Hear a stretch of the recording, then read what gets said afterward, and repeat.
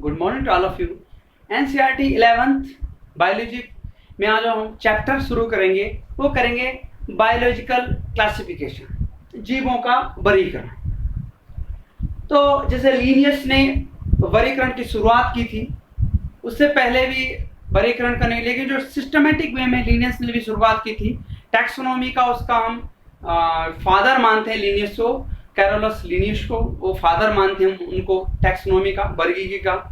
और उन्होंने एनिमल्स और प्लांट्स दो किंगडम दिए थे कि दो प्लांटी और एनिमलिया दो किंगडम होते हैं। बट एक व्हिटेकर एक साइंटिस्ट हुए हैं, उन्होंने एक 5 किंगडम पद्धति दिया था, सिस्टम दिया था।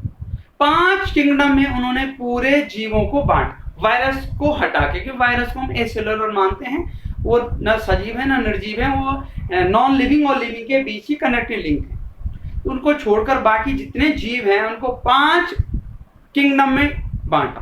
पहला जो किंगडम था वो मोनेरा था, दूसरा किंगडम प्रोटिस्टा था, तीसरा फंजाई था, चौथा प्लांटी था और पांचवा एनिमेलिया था।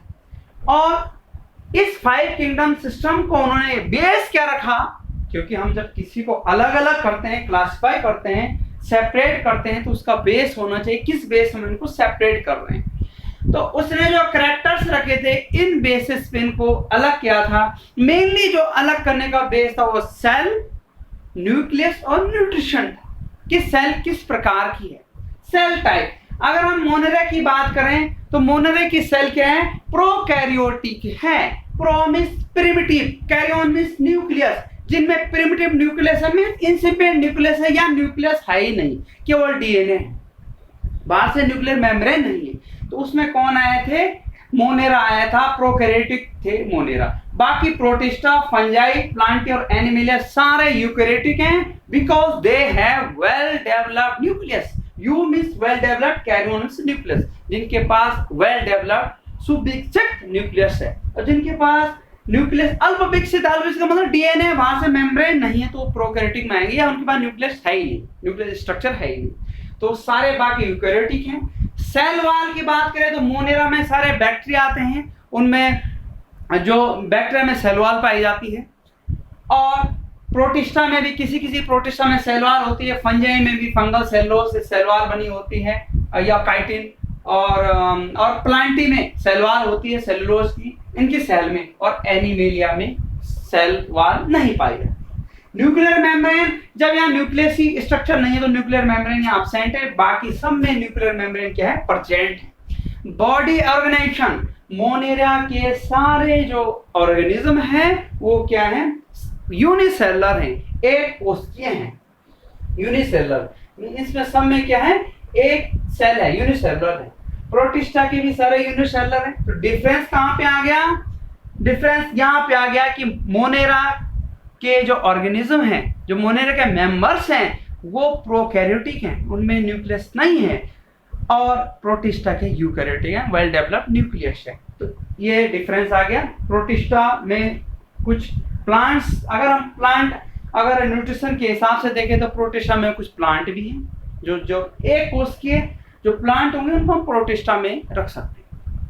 और फंजाई मल्टीसेलुलर है, लेकिन टिश्यू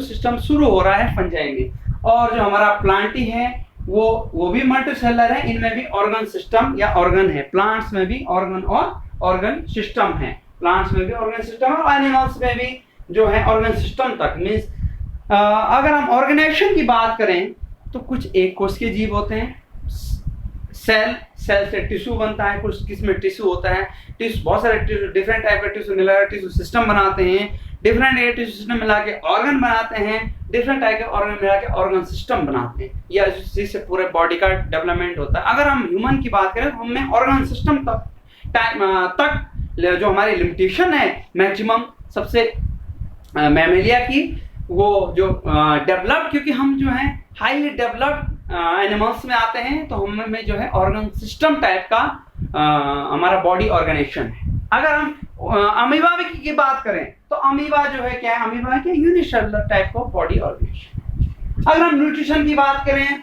तो ये ऑटोट्रॉपिक भी होते हैं, हेटरोट्रॉपिक होते हैं, क्योंकि साइनोबैक्टीरिया ऑटोट्रॉपिक है, वो खाना खुद बनाते हैं। क्योंकि उनमें क्या है, थाइलेकॉइड पाए जाते हैं, और भले क्लोरोप्लास्ट में पाया जाता है पर थाइलेकॉइड पाया जाता है। और हेटरोट्रॉफी, बाकी बैक्टीरिया हेटरोट्रॉफी को दूसरे से न्यूट्रिशन देते हैं। ऑटोट्रॉफी में खुद न्यूट्रिशन इजाद करना, अपना स्वपोष से अपना खाना खुद तैयार करना, और हेटरोट्रॉफी में अपना खाना दूसरे से लेना। जो हमारे प्रोटिस्टा हैं वो भी एटोट्रॉपिक हैं और कुछ वो हेटरोट्रॉफिक हैं। अगर फंजाई की बात करें तो फंजाई सारे क्या हैं, हेटरोट्रॉफिक हैं।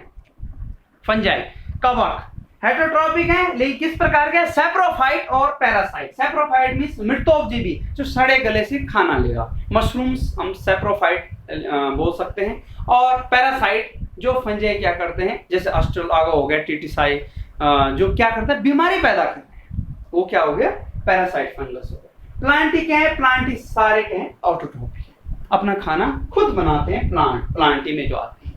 और एनिमलिया हेटरोट्रॉफिक है, जो अपना खाना दूसरों से लेते हैं।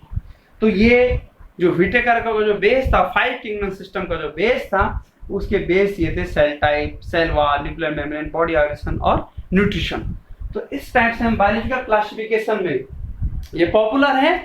और क्योंकि इसका बेस इवोल्यूशन भी है और इसका ऑर्गेनाइजेशन भी है, न्यूट्रिशन भी है, न्यूक्लियस के हिसाब से और सेल के स्ट्रक्चर के हिसाब से, तो ये एक हम इसको एक अच्छा क्लासिफिकेशन मान सकते हैं। इसकी भी लिमिटेशंस हैं। लिमिटेशंस ये है कि एक ही ग्रुप में प्लांट्स भी एनिमल्स भी है, न्यूट्रिशन के हिसाब से मिक्सअप एक ही ग्रुप में हो रखे हैं। यूनिसेलुलर 2 अलग-अलग जगह भी है, बट क्यों है, क्योंकि न्यूक्लियस एक में न्यूक्लियस है प्रोटिस्टा, एक में न्यूक्लियस नहीं है, मोनोइडा। कुछ हर क्लासिफिकेशन की कोई लिमिटेशन हो सकती हैं, होती हैं, लेकिन फिर भी हम 5 किंगडम क्लासिफिकेशन को आज हम पढ़ते हैं। अगर आपको वीडियो अच्छा लगे तो वीडियो को लाइक करें, चैनल राहुल मेहर को सब्सक्राइब